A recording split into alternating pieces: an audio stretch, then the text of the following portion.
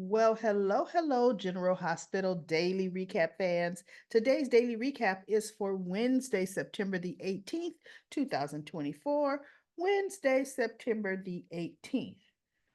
Well, Rick is at Pentonville talking to Heather, giving her some bad news that the cobalt level is about the same with her hip replacement as it was before when it was in. So these levels, the hip replacement wasn't the cause of the cobalt poisoning, which that didn't make sense. See, now let's think about what he said.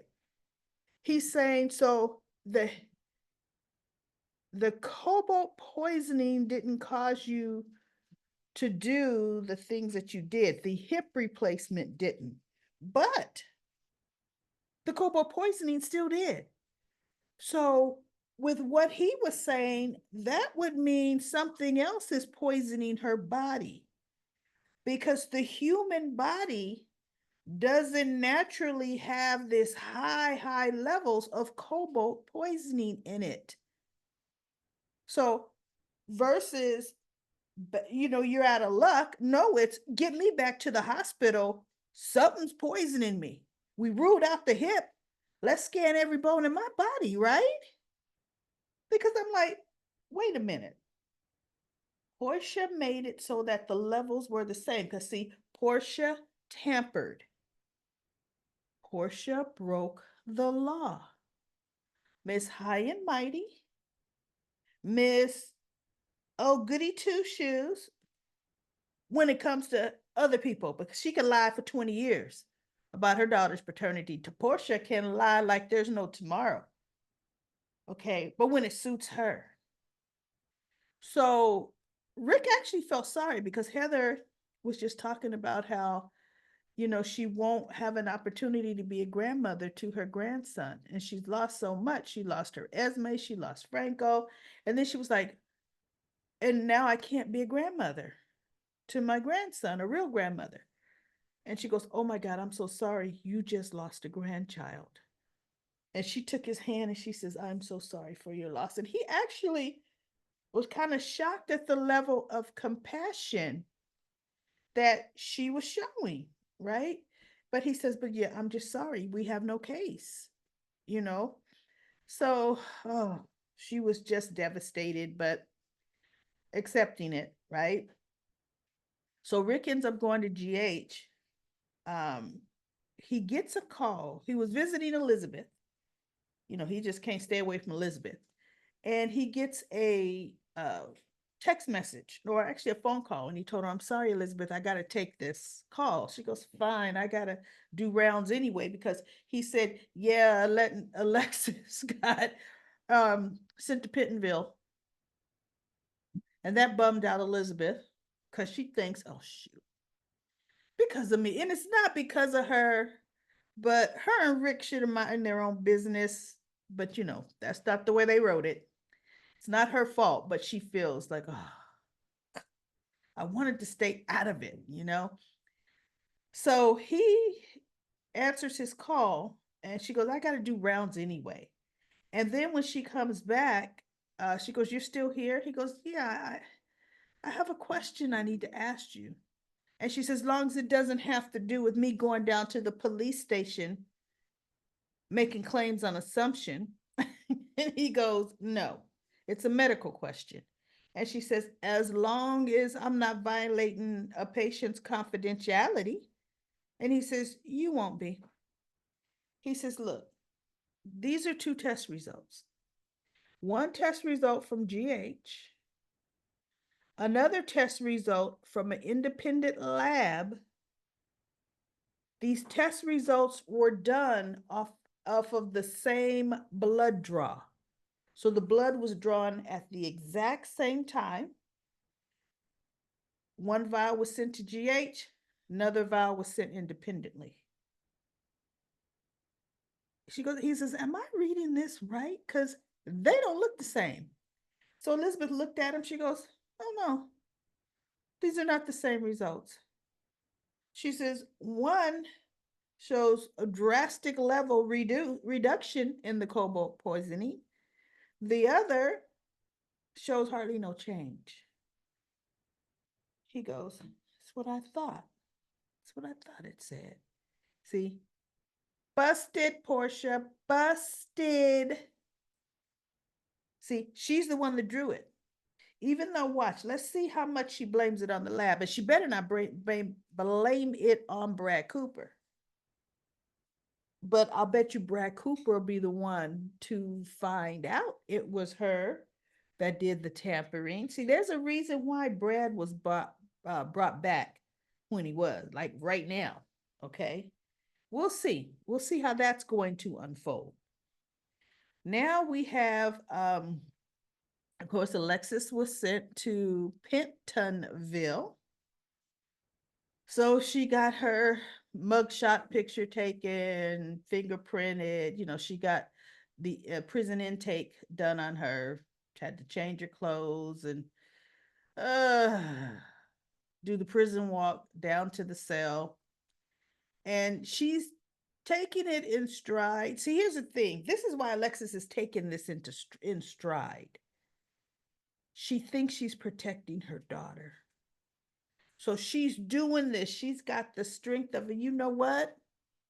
If I got to go down for something, I would rather go down protecting my child. That's the badge of honor Alexis is wearing. Versus oh my God, I got my legal license back. Life was just starting to go okay. And I'm back here again. She tried to argue with the judge to have her sent to a more minimum security because she's not a flight risk. But the FBI agent's like, no, due to the nature of this crime, blah, blah, blah. And the judge says, I've heard you both. My ruling stands until her case comes to trial. And Christina stands up. You can't do this. Molly's just looking at the back of Christina's head. And Sam is looking at her. And Alexis turned around like, and the judge is like, Miss Davis, you better get your daughter under control, or I'll have her booted out of here. Yes, Your Honor. She goes, Christina. And she's looking at Sam like, take care of her. So Sam grabs her and has her sit back down. And the judge says, listen, I will not entertain that one more outburst. Am I making myself clear? And Christina's like, yeah. So Sam ends up taking her to GH, and Felicia ends up talking to her, letting her know all of the different programs that the hospital has to offer, with the grief counseling groups, the one that Willow and Michael went to. There's great, she says, a psychiatrist on staff that deals with grief and postpartum depression and, the whole 9 yards. See, because Kevin's gone. Normally that would all be Kevin, right? But Kevin is on vacation, him and Jeannie Francis, the usual summer deal. So anyway, Christina did open up to Alexis, and she was saying that how do you handle the guilt? And she goes, guilt about what? And Christina catches her thoughts, but she says, the guilt about losing my child.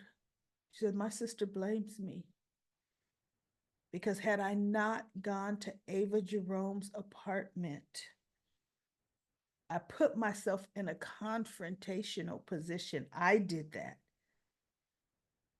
Adela would still be here. And Felicia says, well, and so she goes, okay. And she says, now, did you, because Christina said something about, I didn't know that the accident was going to happen. That's what she, something to that effect. But she said accident, right? She knows Ava didn't push her. And so Felicia says, okay, stop right there. What did you just say? She said, I didn't know the accident was going to happen. She said, exactly, Christina. It was an accident. Accidents befall us all at some point. We never know the like severity, but it was an accident. It was not your fault. And Christina kind of, you could tell it kind of sunk in with her a bit. So Felicia says, okay, we're going to get you, set up for some appointments and yada, yada, yada. And she goes, well, we have to tell Sam right now.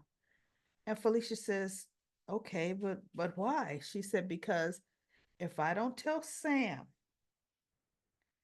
I won't go. She said, Sam will keep me accountable. Sam will hold my hand through this. See, she know I need my hand held. And since my mama ain't here holding my hand, Sam will hold my hand. So Felicia said, let's go tell Sam. So Dante comes, and it's so interesting.